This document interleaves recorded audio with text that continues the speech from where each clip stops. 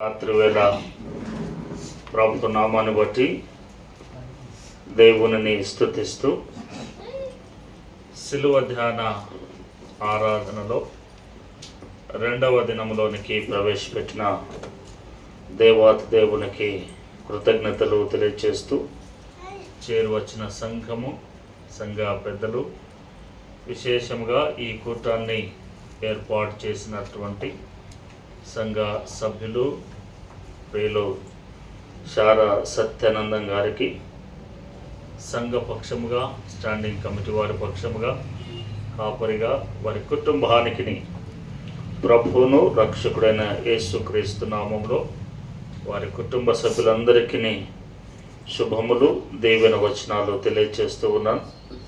దేవుడు వారిని దీవించునుగాక. ప్రియులారా, ఈ రాత్రి వేళ కొన్ని దేవుని మాటలను మనము ధ్యానము చేసుకుందాం. చూడండి, రోమీలకు రాసిన పత్రిక 14వ అధ్యాయము మనము 15 నుండి 17 వరకు చదువుగా విన్నాం. మరొకసారి జ్ఞాపకం చేసుకుందాం. నీ సహోదరుడు నీ భోజన మూలముగా దుఃఖించిన ఎడల నీవిక ప్రేమ కలిగి నడుచుకొని వాడవు కావు. ఎవరి కొరకు క్రీస్తు చనిపోయెనో వానిని నీ భోజనము చేత పాడు చేయకము. నీకున్న మేలైనది దూషణ పాలు కానీయకుడి. ఆ దేవుని రాజ్యము భోజనమును పానమును కాదు గాని నీతియు సమాధానమును పరిశుద్ధాత్మయందలి ఆనందమునయున్నది. ప్రియులరా, ఈ రోమీలకు రాసిన పత్రిక 14వ అధ్యాయము 15 నుండి 17 వరకు మనం విన్నాం. 17వ వచనంలో 2 సంగతులను అంశాలుగా జ్ఞాపకం చేశాను. ఒకటి దేవుని రాజ్యము, రెండవది ఆనందము అని. మధ్యలో ఉన్నటువంటి మాటలను నేను తప్పించానంటే అంశం చాలా పెద్దగా ఉంటుందని నేను షార్ట్కట్లో 2 పదాలే పెట్టాను. ఇక్కడ అపోస్తలుడైనటువంటి పౌలు రోమాలో ఉన్నటువంటి రోమీలకు ఈ పత్రికను రాస్తూ వారితో ఆయన మాట్లాడుతున్నటువంటి మాట ఏంటంటే, దేవుని రాజ్యము భోజనమును పానమును కాదు.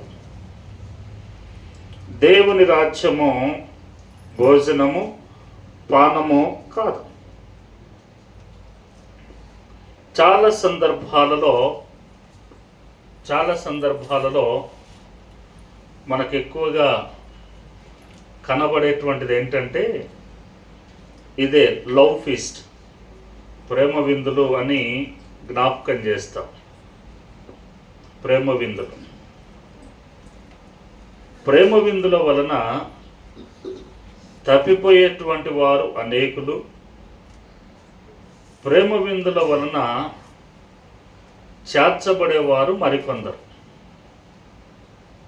అయితే ఇక్కడ రాయబడినటువంటి దేవుని మాటలను మనము జాగ్రత్తగా గమనిస్తే, దేవుని రాజ్యము భోజనము పానము కాదు అని అన్నాడు.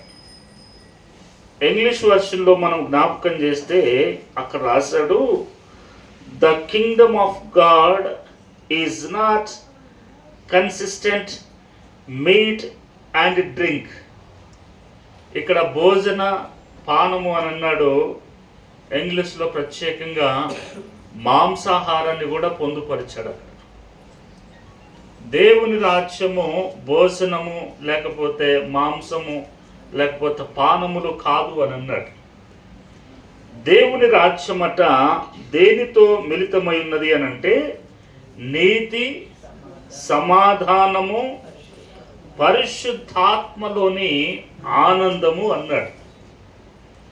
ఎందుకు ఈ మూడింటిని జ్ఞాపకం చేస్తూ దేవుని రాజ్యము భోజనము పానము కాదు అని అన్నాడో అలాగనే 16వ వచనములో జ్ఞాపకం చేస్తూ అక్కడ అన్నాడు, మీకున్న మేలైనది దూషణ పాలు కానీయకుడి అన్నాడు.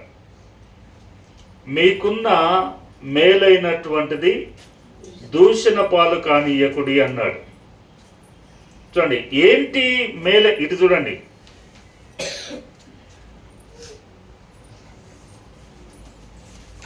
ఏంటి మీకున్న మేలైనటువంటిది? ఒక విశ్వాసిలో మేలుకరమైనటువంటిది ఏంటి అని అంటే మీకు అర్థం కావాలి ఈ లేఖన భాగము అని అంటే. చూడండి 14వ అధ్యాయము 1వ వచనం నుండి చూడండి, కొన్ని సంగతులు జ్ఞాపకం చేస్తాం. విశ్వాస విషయమై బలహీనుడైన వానిని చేర్చుకొనుడి, అయినను సంశయములను తీర్చుటకు వాదములను పెట్టుకోవద్దు. ఒకడు సమస్తమును తినవచ్చునని నమ్ముచున్నాడు, మరి ఒకడు బలహీనుడయుండి కూరగాయలను మాత్రమే తినుచున్నాడు. తినువాడు తినని వానిని తృణీకరింపకూడదు. తిననివాడు తినువానికి తీర్పు తీర్చకూడదు. ఏలయనగా దేవుడు అతనిని చేర్చుకొనెను. ఇక్కడ జ్ఞాపకం చేస్తే పౌలు ఇక్కడ విశదీకరిస్తున్నాడు. విశ్వాస విషయమై బలహీనుడైన వానిని చేర్చుకొనుడి అని అంటున్నాడు. విశ్వాస విషయమై బలహీనుడైనటువంటి వానిని. ఎవరు బలహీనుడు, ఎందులో బలహీనుడు అనంటే విశ్వాసములో కాదు. చెప్తాను, కొందరు 2 భావాలు కలిగి ఉంటారు. 2 భావాలు కలిగి ఒకటి ఏం జ్ఞాపకం చేస్తారు అనంటే అన్నీ తినవచ్చు అంటారు. అన్ని తినవచ్చు, ఎవ్రీథింగ్ వీ కెన్ ఈట్, ప్రతిదీ మనము తినవచ్చు అంటాడు. ఇంకొక ఆయన అంటాడు, లేదు లేదు మనము దేవుని సన్నిధికి వెళ్తున్నాం కదా, కొన్నింటిని తినకూడదు, ఐ మీన్ మాంసము లాంటిది భోజనము లాంటిది తినకూడదు అంటాడు. అర్థమవుతుందా? ఒకడేమో కొన్నే తినాలంటాడు, మరి ఒకడేమో అన్ని తినవచ్చు అంటాడు. ఈ 2 భావాలు కలిగినటువంటి వారిని మనము దృష్టిలో పెట్టుకొని బలహీనుడు అని రాశాడు. ఎవరు అని అంటే కొన్ని మాత్రమే తినాలి అనుకున్నవాడు బలహీనుడు. కొన్ని మాత్రమే తినాలి అనుకున్నటువంటి వాడు బలహీనుడు. అన్నీ తినవచ్చు అనుకున్నవాడు బలవంతుడు, ఏ విషయంలో డోకలేదు. అయితే పౌలు దేవుని మాటలను బట్టి ఇక్కడ జ్ఞాపకం చేస్తున్న మాట ఏంటంటే, ఈ బలహీనుడిని, కొన్నే తినాలి అనుకున్నటువంటి ఈ బలహీనుడిని తన సన్నిధికి నడిపించింది దేవుడే. అలాగుననే అన్నీ తినవచ్చు అని బలముగా ఉన్నటువంటి మనుషుడిని కూడా దేవుని సన్నిధికి నడిపించింది దేవుడే. కాబట్టి మీరు ఒకరిని చూసి ఒకరు ఏమి మాట్లాడొద్దు. వీడు కొన్నే తింటున్నాడు, కూరగాయలు మాత్రమే తింటున్నాడు అని మీరు అనడానికి వీలు లేదు. లేకపోతే కూరగాయలు తింటున్నటువంటి వాడు ఈయన అన్ని తింటున్నాడు, ఈయన ఏం విశ్వాసి అని మీరు ఇంకొకటి అనకూడదు. ఇద్దరిని చేర్చుకున్నటువంటి వాడు ప్రభు. ఇద్దరిని చేర్చుకున్నటువంటి వాడు ప్రభు. చూడండి, అందుకే ఇక్కడ 2లో జ్ఞాపకం చేస్తాడు. ఒకడు సమస్తమును తినవచ్చని నమ్ముచున్నాడు, మరి ఒకడు బలహీనుడయ్యుండి కూరగాయలనే తినుచున్నాడు. తినువాడు తినని వాని తృణీకరింపకూడదు. తినువాడు తినని వానిని తృణీకరింపకూడదు. అలాగనే తినని వాడు తినువానికి తీర్పు తీర్చకూడదు. ఏలయనగా దేవుడు అతనిని చేర్చుకొనెను. 4వ వచనం చూడండి. పరుని సేవకునికి తీర్పు తీర్చుటకు నీవెవడవు? అతడు నిలిచియుండుటైనను పడియుండుటైనను అతని సొంత యజమానుని పనియే. అతను నిలుచును, ప్రభు అతన్ని నిలవబెట్టుటకు శక్తి గలవాడు. ఒకడు ఒక దినము కంటే, చూడండి, ఒకడు ఒక దినము కంటే మరి ఒక దినము మంచిదని ఎంచుతున్నాడు.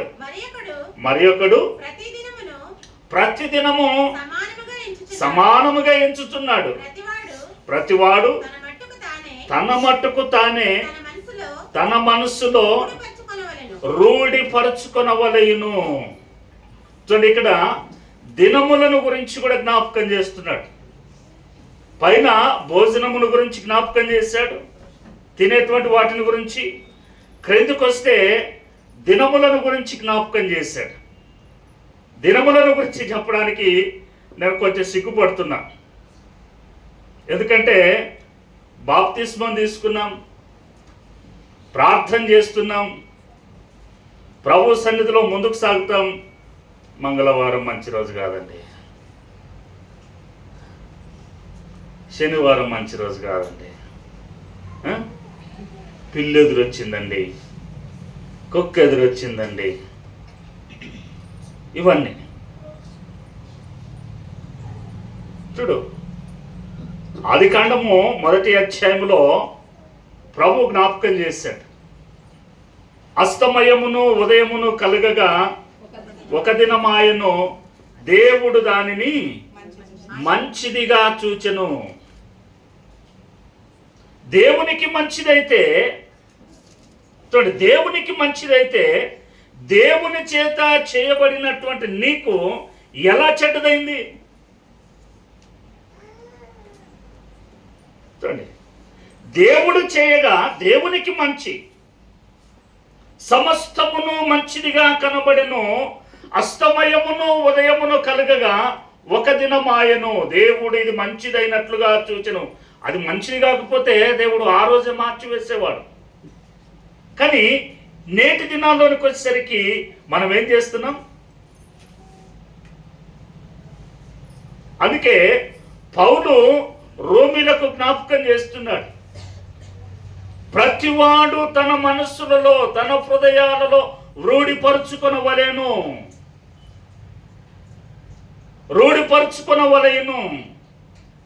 ఇలాగున ముందుకు వెళుతూ ఎవడైనాను సరే బలహీనుడైనటువంటి వాడు, ఈ విధమైనటువంటి భావజాలములు కలిగినటువంటి వాడు, ఈ విధమైనటువంటి ఆచారములు నమ్మిక కలిగినటువంటి వాడు దేవుని సముఖమునకు వస్తే మీ మాటల ద్వారా, మీ నడవడికల ద్వారా, మీరు అనుసరించేటువంటి విధానముల ద్వారా దేవుని సన్నిధికి వచ్చినటువంటి మనుషుడిని మీరేం చేయకూడదు? బయటికి పంపించకూడదు. అంటే వెళ్ళిపోండి అని అనరు, వెళ్ళిపోండి అని అనవలసిన అవసరం లేదు. కేవలము వారు చేసేటువంటి పనులను అలా ఎత్తి చూపిస్తారు. మంగళవారం వచ్చింది, శుక్రవారం వచ్చింది, శనివారం ఇట్లా అంటే చాలు. అరే ఇదేంది, బైబిల్లో అన్ని మంచి అని రాయబడింది కదా, గుడికి పోయేటోళ్ళు వీళ్ళు ఇలాగ మాట్లాడుకుంటున్నారు ఏంది అని అనుకుంటే బలహీనుడు దేవుని సన్నిధి నుండి వెళ్ళిపోతాడు. అందుకే పౌలు వీటన్నిటినీ జ్ఞాపకం చేస్తూ చివరికి వచ్చేసరికి ఆయన అన్నాడు, ఈ శరీరానికి ఆకలేస్తుంది, దప్పికేస్తుంది, ఈ శరీరానికి శ్రమ పడుతుంది, విశ్రాంతిని కోరుతుంది. ఈ శరీరము ఇక్కడ నుండి విడిచిన తరువాత ఈ శరీరానికి ఏముండదు, మట్లకు వెళ్ళిన తర్వాత దానికి చివరిగా ఈ శరీరములో ఉన్నటువంటి ఆత్మ దేవుని సన్నిధికి, దేవుని రాజ్యానికి చేరిన తరువాత మనకి ఏ విధమైనటువంటిది ఉండదు. అందుకే అక్కడికి చేరాలి అని అనుకున్నటువంటి వారిని ఉద్దేశించి పౌలు ఇప్పుడు జ్ఞాపకం చేశాడు. దేవుని రాజ్యము 17వ వచనం, దేవుని రాజ్యము చూడండి, దేవుని రాజ్యము భోజనము పానము కాదు. మనుషుడు బ్రతికి ఉండినంత కాలము మాత్రమే భోజనం అంటాడు, పానము అంటాడు, రకరకాలుగా కోరతాడు. దేవుని రాజ్యానికి వెళితే అక్కడ భోజనము లేదు, పానము లేదు. దేవుని రాజ్యానికి వెళితే అక్కడ భోజనము లేదు, పానము లేదు. అక్కడ ఉన్నదంతా కూడా ఆయన జ్ఞాపకం చేశాడు. అక్కడ ఉన్నదంతా కూడా నీతి, సమాధానము, పరిశుద్ధాత్మ యందలి ఆనందం. పరిశుద్ధాత్మ యందలి ఆనందం. అందుకే ప్రియులారా, ఈ సిలువ ధ్యాన ఆరాధనలలో పాల్గొంటున్నటువంటి మనము, సిలువ ధ్యాన ఆరాధనలను కలిగి ఉన్నటువంటి మనము భోజన పానములను గురించి కాదు, భోజన పానములను గురించి కాదు, దినములు వారములను గురించి కాదు, సమయ సందర్భములను గురించి కాదు, కానీ ఈ శరీరమును విడిచిన తరువాత దేవుని రాజ్యములో ఉండడానికి ఇక్కడ నుండే మనము ప్రయాసపడాలి. ఇక్కడ ఉండినప్పుడే నాలుగు ఆత్మలను దేవుని సన్నిధిలో నిలువబెట్టాలి. మన క్రియల చేత, మన నడవడికల చేత, మన యొక్క మాటల చేత దేవుని సన్నిధి నుండి బయటికి పంపించడము కాదు, కానీ దేవుని సన్నిధిలో ఉన్నటువంటి వారిని ఇంకా స్థిరపరచాలి. అందుకే పౌలు భక్తుడు జ్ఞాపకం చేశాడు. చాలా సందర్భాలలో ప్రారంభ క్రైస్తవులు, ప్రారంభ దినాలలో ప్రభువుని ఎరిగినటువంటి వారు దేవుని సన్నిధికి వచ్చేసరికి వారందరూ కూడా కేవలము దేనికి వచ్చేవారు అని అంటే, చూడండి, కొరింథీయులకు రాసినటువంటి మొదటి పత్రిక 11వ అధ్యాయం. కొరింథీయులకు రాసిన పత్రిక, మొదటి పత్రిక 11వ అధ్యాయము. 11వ అధ్యాయము చూడండి, 20వ వచనము నుండి 11:20 నుండి. మీరందరూ కూడి వచ్చుచుండగా మీరు ప్రభువు రాత్రి భోజనము చేయుట సాధ్యము కాదు. ఏలయనగా మీరు ఆ భోజనము చేయనప్పుడు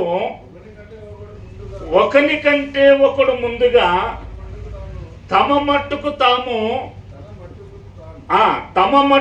తాను భోజనము చేయుచున్నాడు. ఇందువలన ఒకడు ఆకలిగొనును, మరి ఒకడు మత్తుడవును.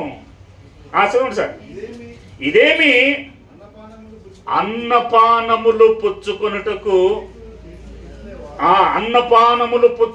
మీకు ఇల్లు లేవా? దేవుని సంఘమును తిరస్కరించి పేదలను సిగ్గుపరచుదురా? మీతో ఏమి చెప్పుదును? దీనిని గూర్చి మిమ్మును మెచ్చుదునా? మెచ్చను. చాలు సార్.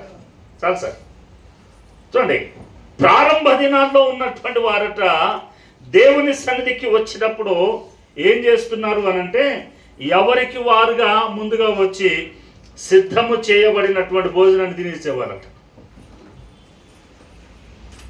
అందుకే అన్నాడు ఆయన, ఇదేమి అన్నపానములు పుచ్చుకొనుటకు మీకు ఇల్లు లేవా? దేవుని సన్నిధికి వచ్చా, దేవుని సన్నిధిలో ఉన్నటువంటిది ఇలాగునా మీరు చేసేది. ఈ కార్యము చేయట ద్వారా నేను మిమ్మల్ని మెచ్చుతానా? నేను మెచ్చను. నేను మిమ్మలను మనిషి అనలేను, ఇష్టపడను నేను మిమ్మలను. ఎందుకు అనంటే, దేవుని రాజ్యము భోజనము పానము కాదు. దేవుని రాజ్యము భోజన పానము కాదు. అందుకే బైబిల్ గ్రంథములో లిటరల్గా జరిగిన యథార్థమైనటువంటి సంఘటన బైబిల్ గ్రంథములో మనకు పొందుపరచబడింది. అదే ధనవంతుడు లాజరు. ధనవంతుడు చక్కటి ధనము కలిగిన వాడై మంచి భోజనము కలిగి చక్కగా తన శరీరాన్ని పోషించుకుంటూ ఉన్నాడు. కానీ లాజరు అనబడినటువంటి ఈ పేదవాడు భోజనము లేదు కానీ తనకున్నటువంటి విశ్వాసాన్ని మాత్రం ఎక్కడ కూడా కోల్పోలే. తనకున్న విశ్వాసమును, దేవుని పట్ల తనకున్నటువంటి నమ్మకాన్ని ఎక్కడ కూడా కోల్పోలే. అందుకే ఒక దినం వచ్చేసరికి ఇద్దరు చనిపోయారు. లాజరు చనిపోయాడు, దేవుని దూతల చేత కొనిపోబడ్డాడు. ఆయన ధనవంతుడు చనిపోయాడు, ఆయన కూడా వెళ్ళిపోయాడు. కానీ ఎవరు ఆనందంతో ఉన్నారు? ఎవరు ఆనందంతో ఉన్నారు అని అంటే, భూమి మీద భోజన పానములు చేసిన వారు కాదు. భూమి మీద భోజన పానములు చేసిన వారు కాదు. భూమి మీద నీతి, నిజాయితీ, విశ్వాసముతో గడిపినటువంటి వాడు, విశ్వాసము కలిగి ఆకలితో చనిపోయినప్పటికీ దేవుని రాజ్యములో ఆనందముతో ఉన్నాడు. అందుకే ప్రియులారా, ఈ శరీరము అనేటువంటిది తాత్కాలికమైనటువంటిది. ఈ శరీరము టెంపరరీ. అందుకే పౌలు జ్ఞాపకం చేస్తాడు హెబ్రీయులకు రాసినటువంటి పత్రిక 5వ అధ్యాయములో చూడండి. హెబ్రీయులకు రాసిన పత్రిక 5వ అధ్యాయము మొదటి వచనం చూడండి.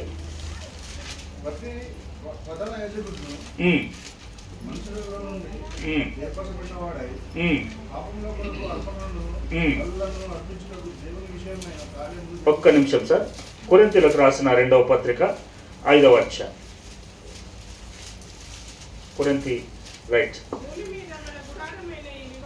చూడండి. భూమి మీద మన గుడారమైన ఈ నివాసము శిథిలమైపోయినను చేతి పని కాక దేవుని చేత కట్టబడినదియు నిత్యమైనదియునైనా నివాసము పరలోకమందు మనకున్నదని ఎరుగుదుము. మనము దిగంబరులము కాక వస్త్రము ధరించుకొనిన వారముగాక కనబడుదుము. కాబట్టి పరలోకం నుండి వచ్చు మన నివాసము దీనిపైన ధరించుకొన అపేక్షించుచు దీనిలో మూలుగుచున్నాము. చూడండి, ఇక్కడ అన్నాడు ఆయన, భూమి మీద మన గుడారమైన ఈ నివాసము అని అంటే ఈ నివాసం కాదు, మేడలు మిద్దెలు కాదు. ఈ నివాసము శిథిలమైపోయినను చేతి పని కాక దేవుని చేత కట్టబడినటువంటి ఒక నివాసం. దానిని దీని మీద ధరించుకొనుటకు మూలుగుచున్నాము అంటాడు. అందుకే దేవుని పిల్లలముగా మన లక్ష్యం, మన గురి, మన కార్యములు, మన తలంపులన్నీ కూడా దేవుని రాజ్యము వైపే ఉండాలి. దేవుని రాజ్యము పైనే ఉండాలి. మన విశ్వాసం అంతా కూడా దేవుని రాజ్యము పైనే. అందుకే పేతురు అడిగాడు, ప్రభువా, మేము సమస్తమును విడిచిపెట్టి నిన్ను అనుసరించాం, నిన్ను వెంబడించాం, మాకేం కలుగుతుంది అని అన్నాడు. అంటే చూడండి ఎంత గొప్ప మాట. అందుకే ఈ రాత్రి వేళ ఈ సిలువ ధ్యాన ఆరాధనలో 2వ దినాన దేవుని రాజ్యము భోజనము పానము కాదు. భోజన పానం అంతా కూడా ఇక్కడనే ఈ భూమి మీద ఈ శరీరం అనేటువంటి గుడారము ఉండినంత మటుకే ఈ గుడారమును విడిస్తే భోజనము లేదు, పానము లేదు, ఆకలి లేదు, దప్పిక లేదు. అందుకే మనమందరము కూడా గుర్తించవలసింది ఆ రాజ్యము కొరకు. ఆ రాజ్యము కొరకు. అక్కడ ఆనందము అనేటువంటిది, అక్కడ ఆనందం అనేటువంటిది ఉంది, నీతి అనేటువంటిది ఉంది, సంతోషము అనేటువంటిది ఉంది. అవన్నీ కూడా మనము సంపాదించుకోవాలి. ఎక్కడ దొరుకుతవి, ఎలా దొరుకుతవి అని అంటే, ఈ ఆనందము, ఈ నీతి అనేటువంటివి కూడా ఎక్కడ దొరుకుతవి అని అంటే, అవన్నీ కూడా ఇక్కడనే దొరుకుతాయి. ఇక్కడనే సంపాదించుకోవాలి, అక్కడ కాదు, ఇక్కడ సంపాదించుకోవాలి. అందుకే గలతీయులకు రాసిన పత్రిక 5వ అధ్యాయము 22వ వచనం నుండి, ఆత్మఫలమేమనగా, ఆత్మఫలాలు దేవుడు మనకిచ్చినటువంటి ఆత్మ యొక్క ఫలము. చదువు చూడండి సార్. ప్రేమ, సంతోషము, సమాధానము, దీర్ఘశాంతము, దయాళత్వము, మంచితనము, విశ్వాసము, సాత్వికము, ఆశా నిగ్రహము, ఇవన్నీ కూడా ఇక్కడనే సంపాదించుకోవాలి. చూడండి, ఇక్కడనే ఇవన్నీ ఇక్కడ సంపాదించుకొని అక్కడికి వెళ్ళాలి. అందుకే ప్రభు అన్నాడు, భూమి మీద ధనమును మీరు కూర్చుకోవద్దు. ఎక్కడ కూర్చుకోవాలా? పరలోకమందు. కొందరికి ఇక్కడనే, అక్కడ లేదు, ఇక్కడనే, అక్కడ లేదు. అందుకే ఎగ్జాంపుల్ ధనవంతుడు లాజరు. ధనవంతుడు ఇక్కడ, ధనవంతుడు అక్కడ, కటిక పేదవాడే. అక్కడ ఏం లేదు, నీళ్లు లేవు. ఆయనకు దాహం వేస్తూ ఉంటే అబ్రహామును అడిగాడు, తండ్రివైన అబ్రహామా, దాహం బాగా వేస్తూ ఉంది, నీ దగ్గర ఉన్నటువంటి లాజరును ఒకసారి పంపించు, ఇట్లా వేలితో నీళ్ళల్లో ముంచి ఒక డ్రాప్ వేస్తాడేమో. భూమి మీద ధనవంతుడు, కానీ అక్కడికి వెళ్ళిన తర్వాత ఒక డ్రాప్ నాలుక మీద వేసుకోవడానికి ఆయనకు లేదు. కానీ ఇక్కడ కట్టిక పేదవాడు, ఇక్కడ పేదవాడు అక్కడికి వెళ్ళిన తర్వాత శ్రేష్టమైన ధనవంతుడు అక్కడ ఉండాలి. అందుకే దేవుని మాటలు జ్ఞాపకం చేస్తున్నవి. ఈ 40 దినాలు నేనంటాను, ఈ 40 దినములు మాత్రమే కాదు, యేసు ప్రభుతో సహవాసము చేస్తున్న నీ జీవిత కాలం అంతా కూడా నీ శరీరాన్ని ఆ భోజనము వైపు కానివ్వండి, పానము వైపు కానివ్వండి పోనీయక విశ్వాసములో మనము స్థిరులముగా ఉండగలిగితే ఆ రాజ్యాన్ని దేవుడు మనకు సొంతం చేస్తాడు. అలాగని కంప్లీట్గా ఉపవాసాలతో ఉండమని కాదు, దాని వైపు దృష్టి పెట్టద్దు. ఆకలి వేసిందా, ఆకలి తినడానికి ఇంత తినాలా, బ్రతకడానికి తినాలా, అంతేగాని తినడానికి బ్రతకద్దు. బ్రతకడానికి తినాలి, కానీ బ్రతికే తినడం కాకూడదు. చూడండి, అలాగ ఉంటే ఆ రాజ్యం దొరకదు. దేవుడి మాటలు దీవించునుగాక. తల్లు వంచుదాం, ప్రార్థన చేసుకుందాం. ప్రార్థన చేసుకుందాం. ప్రేమ కలిగిన దేవుడు, ఈ సాయంకాలపు వేళ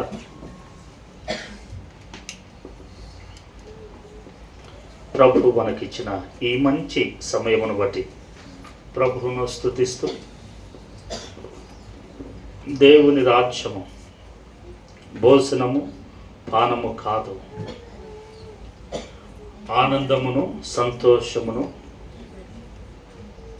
సమాధానము, నీతి అని జ్ఞాపకం చేశారు కనుక వాటిని పొందుకోవడానికి భూమి మీదనే మనము ప్రయాసపడదాం. ప్రార్థన చేసుకుందాం. తల వంచగా శ్రీమతి ఎలిజబెత్ యాకోబ్ గారు ముందుకొచ్చి ప్రార్థన నడిపిస్తారు.